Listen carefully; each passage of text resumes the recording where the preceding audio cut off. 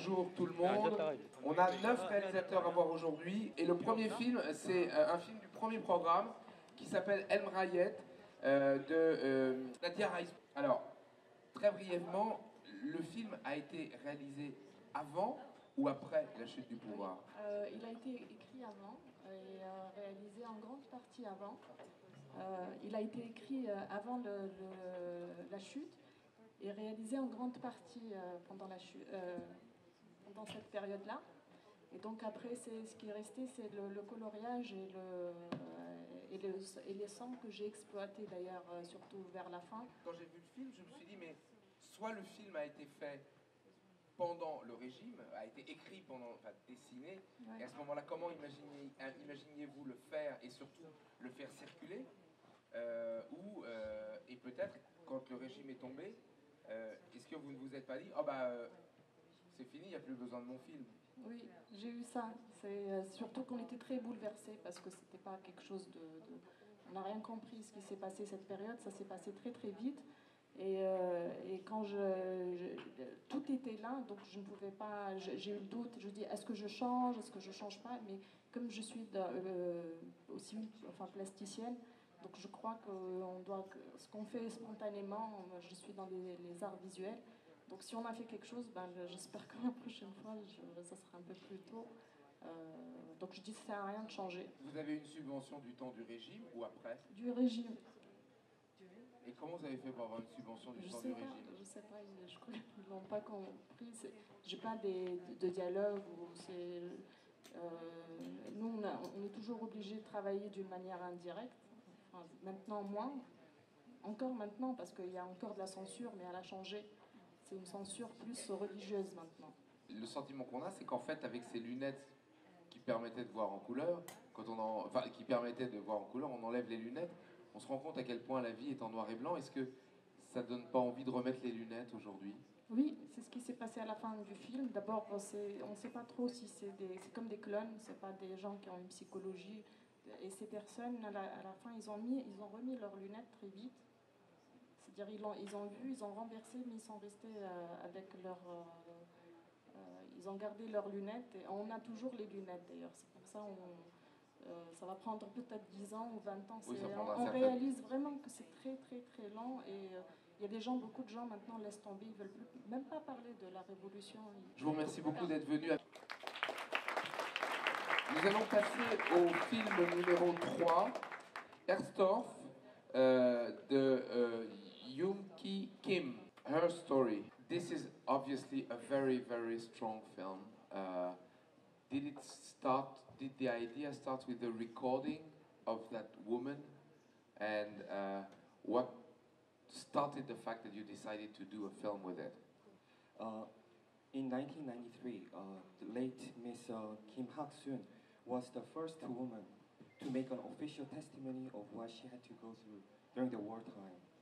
And back then, Director Kim was a student studying 2D animation, and he wanted to do something with this when he heard the testimony of this lady. And then he moved on to studying 3D animation, and then he was doing all these other works, but always he had this mind that he had to make this animation someday, and he was able to start in year 2008. You are a 3D animator. Do you think 3D is the best mean to show the worst in ourselves? I mean, it can be for the best, for Toy Story, is it a technology that applies to the most terrible messages? To be exactly, no, he doesn't think 3D is the best tool to express. But he was studying 3D, and he said he could get help in a lot of ways to express. So he chose 3D as to express his ideas in this film. They killed the women to erase the witness of it. Is it why they killed the women, or because basically you see that the horror of war is not at the largest, it is of course at a huge large scale, but also at the most minimal scale. Within the camp, even more terrible things were happening than anything you would think of. Yes, they killed the woman to erase the evidence, and they also erased all the documents they could, and there are some terrible pictures you can see, but he didn't want to bring that up. Merci beaucoup. Merci. Merci beaucoup. Allez, je suis désolé, nous allons vraiment très très vite aujourd'hui. Pour Sunny Afternoon, Thomas Reynolder. So what the idea behind the film? Because truly it starts like an object, then moves to another one, and then what is the idea? And don't tell me medium is the message, because it's old-fashioned. There are different aspects in this film. I try to be short. There is a personal level and there is a, let's say, film theoretical level in this film. And the personal level is that I started this film when I was a student 20 years ago, and I wanted to make a film about a song which I composed 25 years ago. But this project crashed down. Somebody erased the audio track, so I couldn't go on, and there were other things in my life, so I couldn't finish the film. And now I found the photographs in my house 20 years after, and I found the script, and I thought, well, I want to do this film. So for me personally, so far to the self-centered aspect, it was very important to finish the work, because I want to continue my work as a filmmaker. I have been doing a lot of other things, and now I found this, I thought it's a good starting point to concentrate more on my filmmaking. I had to finish the film, and this is the personal aspect. So I try to look at the storyboard, look at the ideas which I had when I was 25 years old, and try to be honest with myself as far as possible and make a nice film out of it. But of course, the spirit of the 50 years old ego had to reflect what is in this concept, what is in this. So also my thinking, my theoretical thinking about film got into into work, reshaped it in a way. So I would say the film is also about thinking what are the cliches of avant-garde film and what are the cliches in other media, like or other genres, like I don't know, what are the cliches of animation also in a way. So I think I'm starting in the first part, which was originally thought to be very short. It became then this long 3 minutes film. I think it's kind of thinking about what are the genres, the cliches in avant-garde film, and make fun out of them. Well, it does, but it ends up having basically two films in one. Yes. I mean, you start with the chair thing, and that evolves, and that is really brilliant in a way. It's very unusual. You have that movement. Oh well, and then you have the song, which is a bit more classical in its making.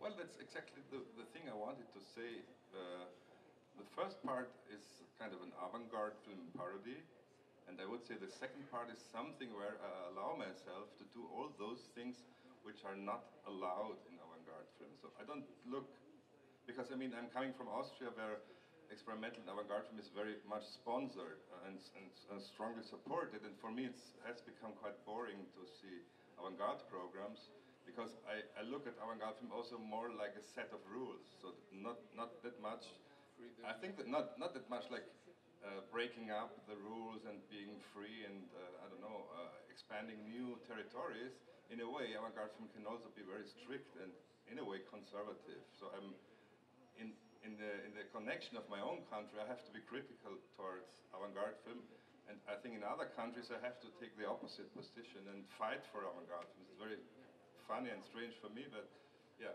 that's the point. Well, that'll be your message for today. Yeah, Thank you very much. Merci beaucoup.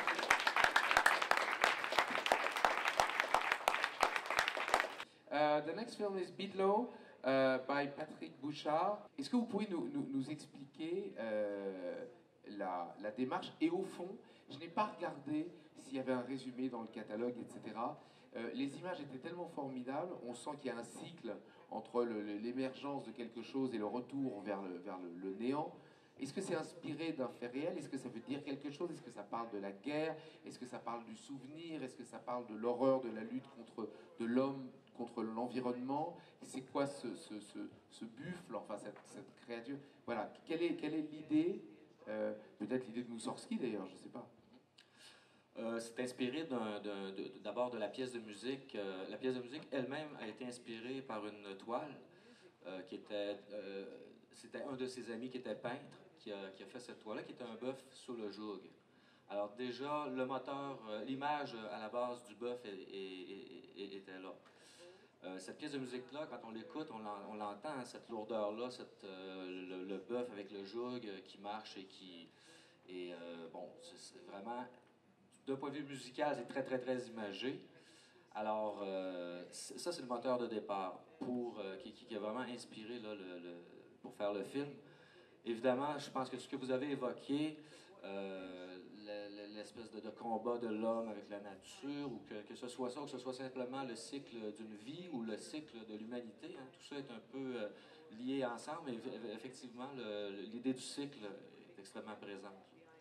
Est-ce que les petits personnages, enfin ces hommes en glaise, étaient dans le tableau? Non, ce tableau-là n'existe plus. En tout cas, il n'y a pas d'image, même qui circule sur Internet, rien. Sur les 10 tableaux... S'il n'est pas sur Internet, c'est vraiment qu'il n'existe plus. Hein. C'est qu'il y a 10 tableaux hein, qui ont été faits. Qui ont donné une suite donc, de 10 pièces. Et sur ces 10 tableaux-là, il n'en existe plus que 6, je pense. 5 ou 6, là, pas plus. On peut encore voir, là, mais Bidlo n'existe plus en tant que tel. On ne sait même pas si c'est peut-être même une fabulation hein, du compositeur. Mais c'est simplement avec les écrits qui ont été faits bon, entre Moussorgsky et certains autres artistes qu'on a pu constater que Bidlo était un bœuf sous le joug. Bidlo signifie bétail d'ailleurs, mon équipe. Une dernière question. Le choix de montrer une copie 35 mm par rapport à du numérique, est-ce que c'est un choix que vous avez fait? Est-ce que c'est la production de l'ONF qui l'a décidé? Et comment vous vous situez entre le numérique et le film? Lorsque moi j'ai vu ma copie 35 mm, quand on a terminé le film, je pense qu'on était tous d'accord, Julie, qui est productrice, et moi, toute l'équipe, moi j'étais complètement frappé, foudroyé par la qualité du 35, la beauté du 35 mm. Je pense qu'un film comme ça, modelé, tout fait à la main, avec, bon, c'est ça, avec beaucoup de modelage et beaucoup de texture, et c'est la matière qui transperce l'écran, mais je pense que le 35 mm est parfait pour ça. On peut pas. Alors, c'est ça un peu qui a motivé le choix là, de le présenter en 35, parce qu'on a vu les deux copies, mais évidemment, le 35 a une chaleur. Très bien. Merci beaucoup. Merci.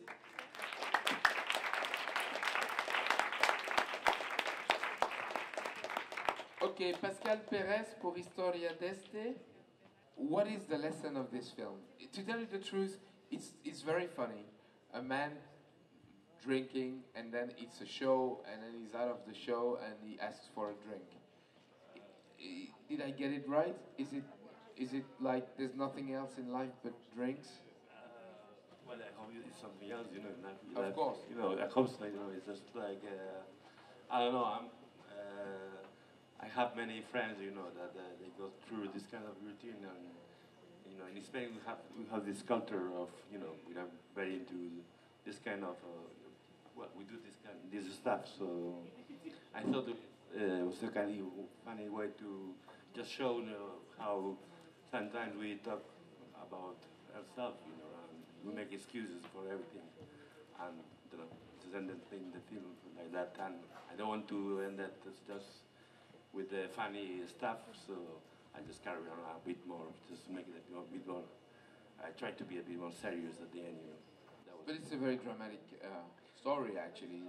It's terrible, yeah. How did you come with the idea of those characters and the claymation? No, it's not clay, of course, but how did you choose that aspect? Well, basically because, well, in Spanish, it's called Historia de Este, and Este means like you. This one, yes. This one. So it's just to make a character which is very like generic, so they have almost not any kind of any expression. So the simple thing was just ball head, and just it have no eyes, just two holes, which is a bit difficult to animate.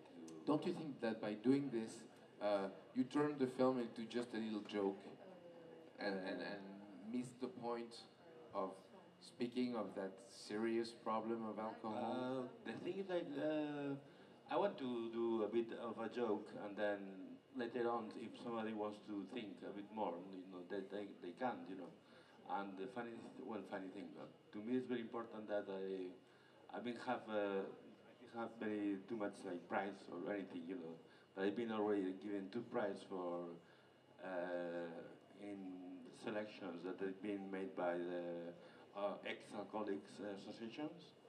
So I have some friends and they into ex-alcohol, and they seem to hurt themselves so much, they just say, okay, for other people it's a joke. For us, that's just the way it is, So I don't think it's okay. I was doing a joke, but it gets through the message, But what jokes are for that? I think so. Okay, thank you very much. Merci. Thank you. Next film is Oh Willie by Emma de Soif. Explain me why you started this project and wanted to do this project, and then how you made an international co-production on such a very strange and unique idea. First of all, we're very tired, so we're not going to make much sense. How we started the project, I just graduated, and I saw these pictures by a photographer called Dean Arbus about naturism, and I thought it was really interesting because at the same time it's like Eden, and it's lovely, and it's like paradise, and at the same time it's very banal and very sort of ooh. So I thought the tension was very interesting, and I wanted to make a film that had the poetry and at the same time the banality. International co-production on a project like this. I mean, the more special the project is, the harder it is to find investors. You have 4 or 5 that are not beginners. So it's like, have you been lucky, or have you been especially charming, or have you done something to find money? I think we got lucky, but in Belgium there's this producer called Beast Animation, and they're really crazy. So they understand us. So they just managed to bring all the money together. About the nudity in animation, how do you address this? And that's the fact that the characters are, the texture, the fabrics, is it to avoid nudity as an embarrassment? Yeah, I come from a live action background, so when we were developing this, when we were developing the film, we had this idea to do something with nudism because I think it's something that works much better in animation than it would in live action. Live action would be way too confrontational. It would be shocking for people, and they wouldn't watch the film properly. They would be sort of hung up on this idea of seeing naked people on the screen. So animation really was pretty much the only way we could tell the story.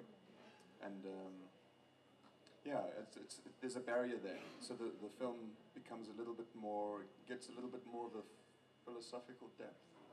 That sounds terrible, but it does. But there's a barrier there, so you're not distracted by the nudism.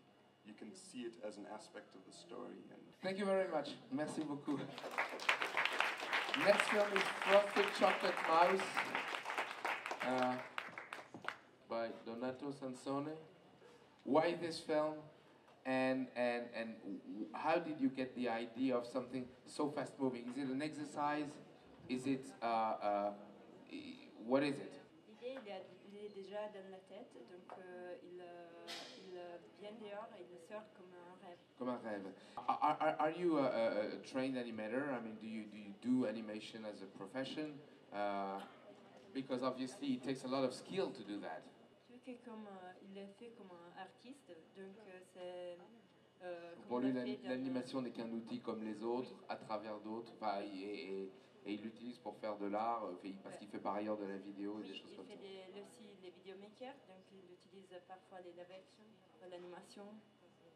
Oh, et quel est justement, pourquoi cette envie à ce moment-là de faire 3 minutes d'animation comme un coup de poing? Est-ce que c'est une commande d'une télé? Est-ce que c'est une envie personnelle? Est-ce que c'est un...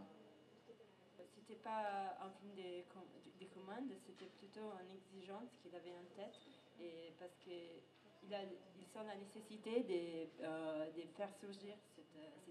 Ok, merci beaucoup. Désolé d'être aussi court. Et notre dernier film, ça va être Villa Andropov. Vladimir Letchov. Bonjour. Where is the limit between tragedy, political message, comedy, entertainment, and what side do you choose when you start a film like this one? Okay, it's a good question. That actually our life consists from everything in in different proportions. So it can be something scary, something funny, something interesting, something not interesting, and so on. So when we come to this story, actually, this world crisis happened, and so it was our idea came because of this crisis. Was this a studio production? Were there many people working, or is it a film that you made with a very small crew? And tell us a bit more about the production. You mean about Latvian side? No, about this film, your film. Okay. The work of our film was divided for 2 parts, and I have a small studio, so we have only 3 animators, and we did a small part of animation, and the biggest part of animation was done in Estonia. So Estonians also are responsible for soundtrack, and my responsibility was all artistic thing. So it's design, layouts, characters. So and post-production. I mean all this colorizing and so. Yeah. Thank you very much for joining this morning, and I see you tomorrow for the last breakfast of this festival.